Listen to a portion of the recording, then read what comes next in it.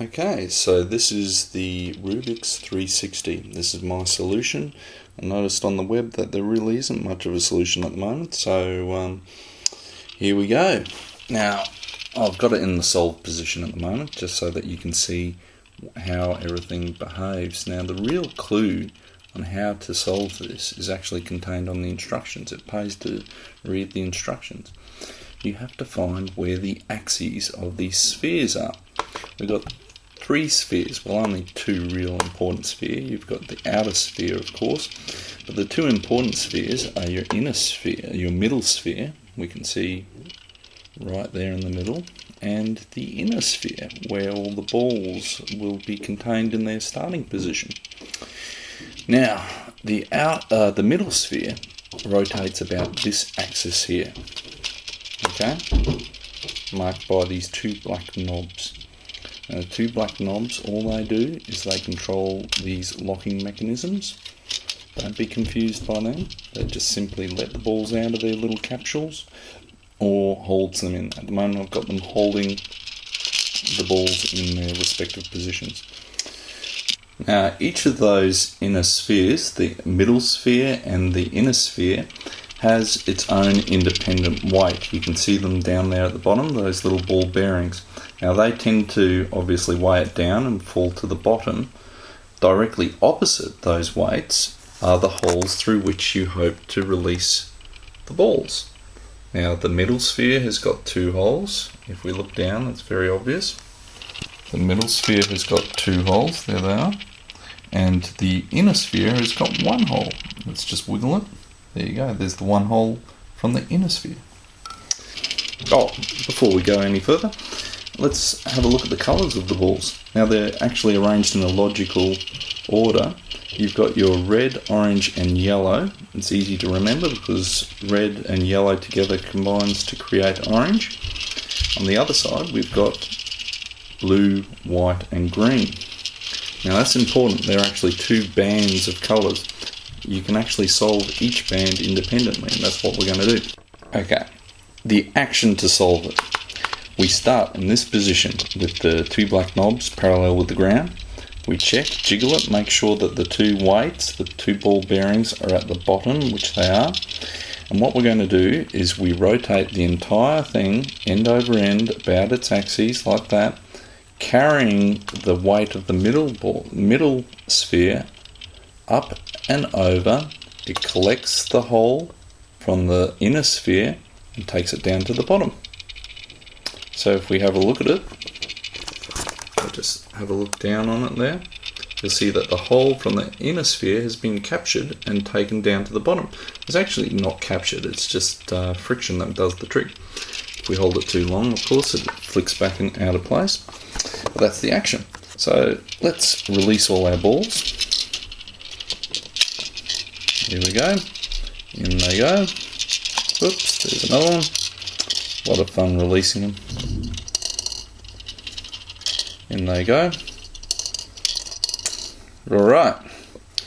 There we go. There's our starting position. All the balls in the bottom. Now you choose which side you want to solve first. In this case, I'm going to solve blue, green, white. I don't know why, psychologically, it just seems to work better for me. Anyway, we start off with that side facing you. Once again, that action with those two knobs parallel to the ground. Make sure that the weights are at the bottom. And off we go. We start rotating. You can see that that weight is being carried up. There's the hole from the inner sphere. Down it goes. There we go. We've got the hole down there in the inner sphere. Now in this case, I've got the white ball very close to the hole, so let me just let that drop in. Now the next action is we want to hold it at about 30 degrees like that, so that we keep that hole down at the bottom. Now I'm going to flick it towards me, the entire sphere towards me, and then straighten it up so that that white ball will drop into this hole just here. So here we go. Up it goes. Whoop. Do you see that? It's dropped into this lower hole. Now we're in the sweep position. we can see now with that ball captured, we can manipulate that ball and just take it wherever we want, right around there.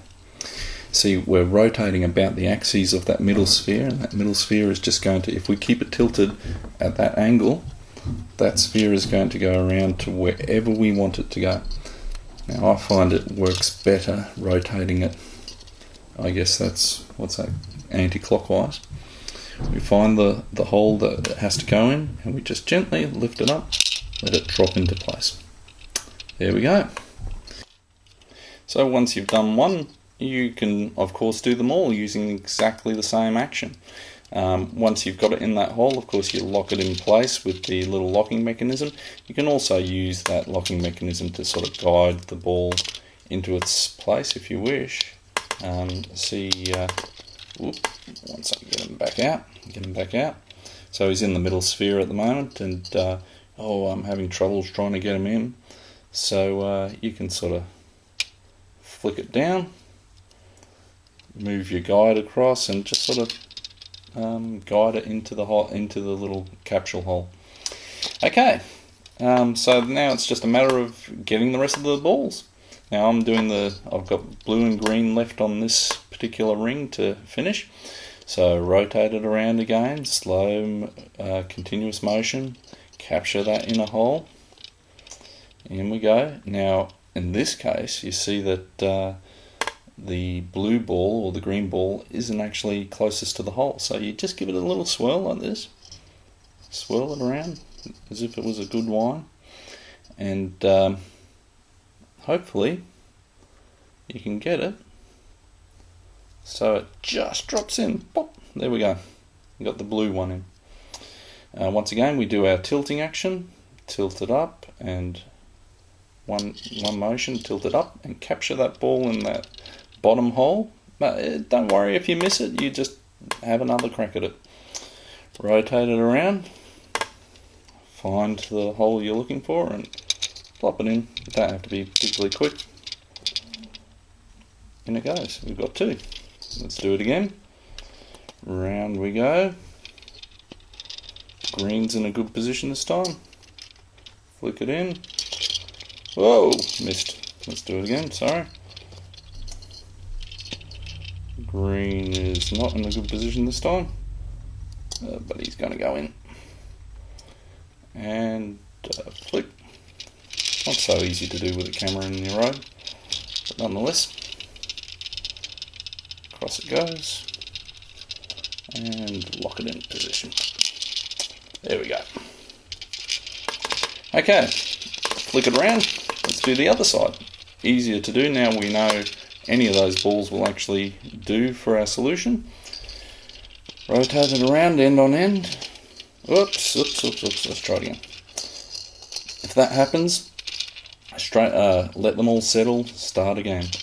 Rotate around. Just keep that ball opposite, lock it into place, and whoop, there's the red one. Take him around and drop him in. Oops. Drop him in. Okay, one more time. Let's lock those in place. Around we go. There's the hole. Grab it and flick it around. Whoop. There's the orange one. Oh, we're pretty close to the orange one. Whoop, whoop, whoop. Sorry, it's hard to do keeping it in the camera. I'm sorry. One last one. Round it goes. Oh, it's a bit premature.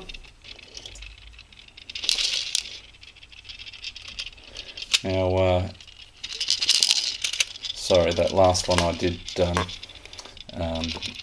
little bit freehand, but once you get good at this, you can sort of improvise a little bit. When you see the ball going in the wrong direction, you can rotate it around, and there you go, there's the solution.